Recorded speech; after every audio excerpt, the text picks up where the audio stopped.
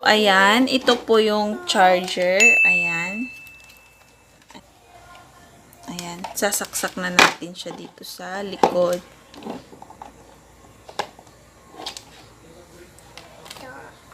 Tapos, ito yung cord. Saksak na natin siya dito sa... Ayun.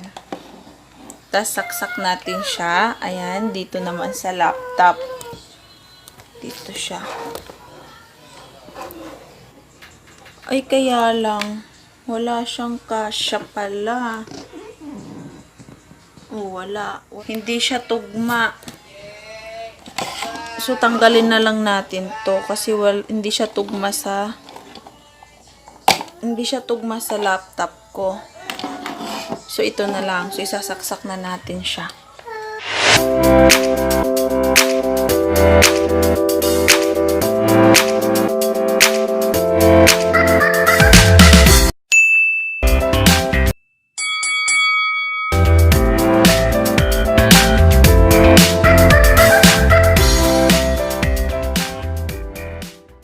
Hi Baby Loves! Welcome back to my channel. For today's video is mag-unbox po tayo and magre-review na rin po tayo ng Wi-Fi.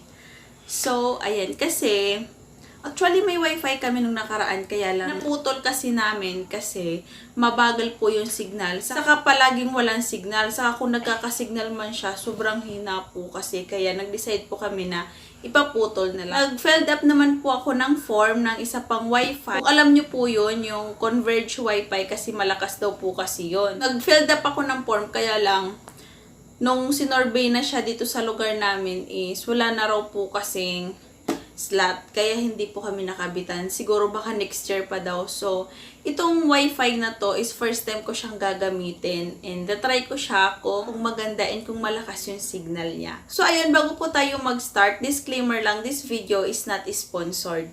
So, ayan. So, ito po yung unbox natin. So, ayan. Tcharan! So, ayan. Ito po siya yung family size prepaid internet Wi-Fi. Ayan. PLDT Home Wi-Fi. Ayan, kasi, kaya nagtataka kayo kung ba't naka-paper bag to kasi yung bumili talaga nito is yung asawa ko sa Manila. Ngayon, pinadala na lang sa akin dito. So, ganito na siyang natanggap ko, naka-paper bag siya. So, ayan. Then, ito po yung loob. Ayan. Wala na po siya. Ayan. Tapos, ito siya yung baliktad. Ayan yung kanyang harapan. So, ayan. Ito po yung itsura ng Wi-Fi. Ayan. Color white po siya. So, pagka sa mismong PLDT kayo bumili, siguro nasa lang to, 995. Kaya lang yung asawa ko bumili siya sa mga seller na lang. Kasi pag sa seller ka na bumili, may patong-patong na yon. So, nabili niya to ng 16 something. 1695 yata yun. Oo. Yun. So, ayan. And, ayan po yung kanyang harapan. Din yung side niya. Ayan. May code po dito. Ayan. Code. Tapos yung number. Ayan siya. Tapos, dito naman sa side, plain lang siya. Tapos, dito naman, dito sa kabilang side, yung kanilang tatak, PLDT Wi-Fi, tapos family size and prepaid internet. So, ayan po siya sa side niya. Tapos yung dito naman niya is ayan yung nakasulat. Ayan. Ayan. So, ayan. Tapos, bubuksan na natin.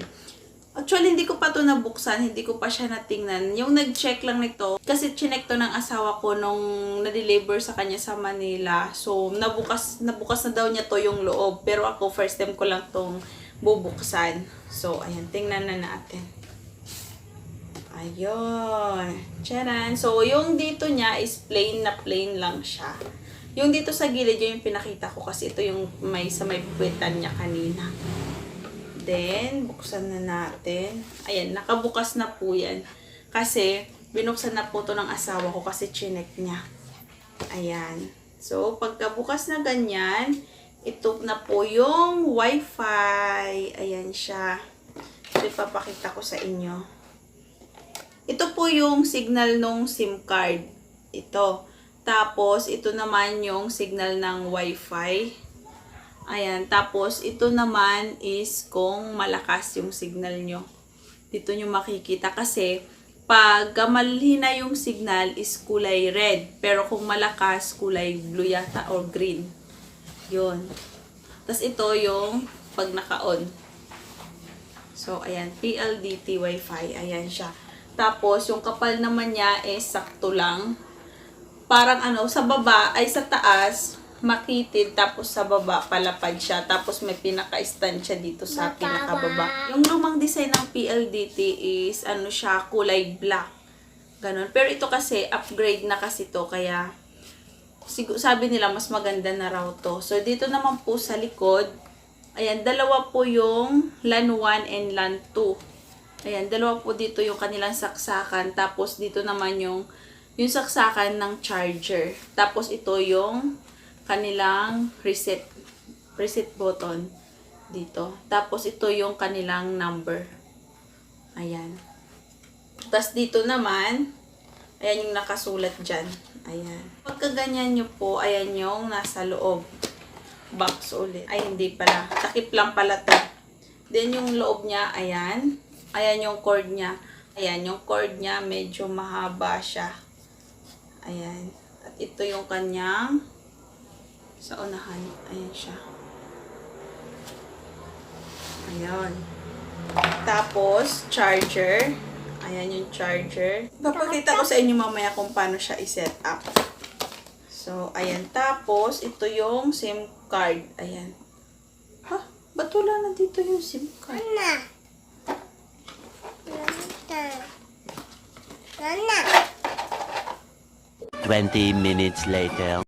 So, ayun, nakala ko talaga wala or nahulog lang. Kasi binuksan to ng asawa ko, kala ko kinuha niya yung SIM card o saan lang napunta. So, tinawagan ko pa yung asawa ko. So, sabi ng asawa ko, nandito na daw pala sa loob. Dito, sa nakasell na to. Andito na daw kasi yung SIM niya. So, ayan, medyo kinabahan po tayo doon. Oh my God! So, ayan. Tapos, meron ditong papel. Ayan, wala na siyang laman. Ayan, yung kanilang warranty certificate. Tapos, meron silang manual. Ito po yung kanilang manual. Ayan po yung front picture. Tapos, ito po yung likod. Tapos, yung makikita nyo po dito sa first page ng kanilang manual, kung paano nyo isi-set up yung Wi-Fi. Ayan. Tapos, dito naman po sa next page, kung saan kayo pwede mag-load at kung paano mag-load. Ito po yung kanilang second page. Tapos, sa third page naman po, kung paano i-monitor yung inyong balance. Ayan siya. Tapos, yan, yung likod na. So, konti lang yung kanilang manual. Ayan lang siya. So, ayan. Wala nang laman. Ayan. Ito yung warranty kasi. Ayan, wala na. So, ipapakita ko sa inyo kung paano siya i-set up. So, ayan. Ito po yung charger. Ayan. Ayan siya. Ito po siya. Ayan. Sasaksak na natin siya dito sa likod.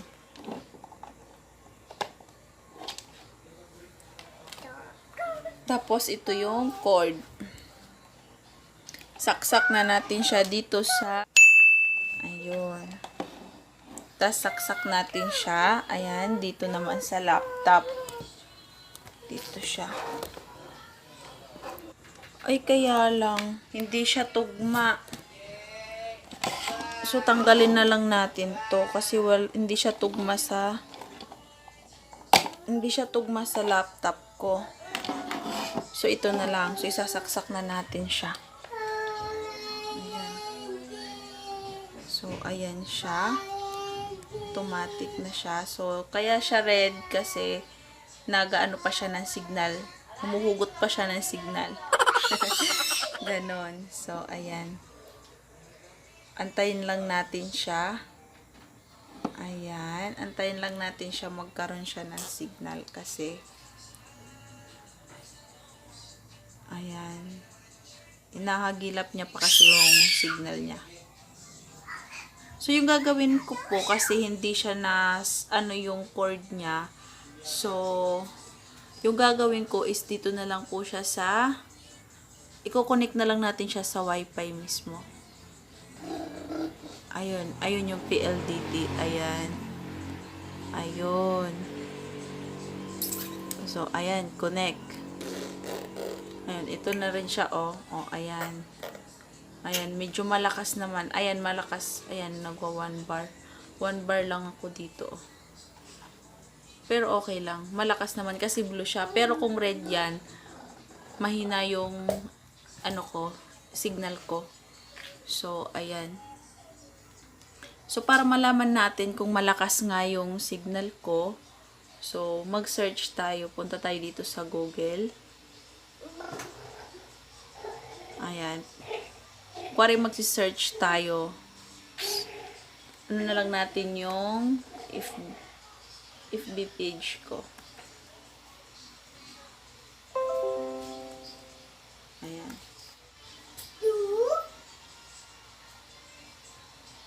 Ay.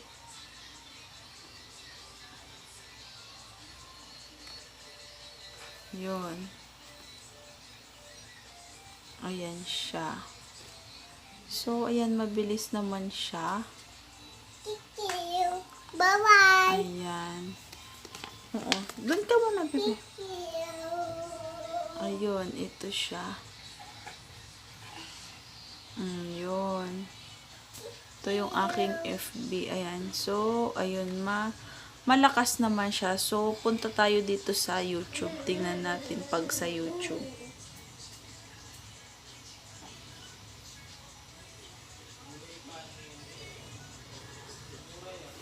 Ayan, mabilis siya. So, maghanap tayo ng mga video.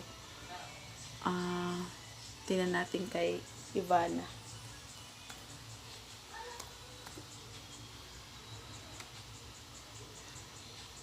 Ayun, mabilis. Ayun. Hi guys! Welcome back to my channel. This is Ivana. Ayan. Hi guys! Welcome back! Ngayon, ang video Ayun. So, ayun. Ayan siya. Malakas siya. Ayun, di ba? So, ayun. Yun lang po yung video natin ngayon. Kung nagustuhan nyo tong video na to, huwag nyo kalimutang mag-like and pakishare na rin tong video na to sa mga kaibigan nyo na nahihirapan maghanap ng wifi. Pakishare na lang din tong video na to para may tips sila. So, ayan, sana nakatulong tong video na to sa mga namroblema dyan. So, ayan. Bago ko pala ikat tong video na to, magsha-shoutout po muna tayo. Ayan, shoutout sa'yo, Rain. And shoutout din sa'yo, Jim. Ayan. Ayan sila. And may tip na rin po ako, bago po kayo bumili ng ganitong wifi, dapat po, i-share nyo rin po kung yung signal nyo o kung yung kinalalagyan nyo is malakas po yung signal ng smart. Ganon. Kasi, ito kasing, ano na to, itong PLDT na to, smart SIM card po siya. So, kung malakas po yung signal nyo, mas maganda po ito. Pero kung mahina po, is mahina rin po siya. So, kailangan, i-check nyo muna yung signal nyo kung malakas. So, ayan, sana nagustuhan nyo tong video na to. Ayan, kung bago pa lang kayo sa channel ko, huwag nyo kalimutan mag-subscribe and click nyo na rin yung bell button para notify ka kung may bago akong video na i-upload. So, ayan, thanks for watching. See you on my next video. Bye!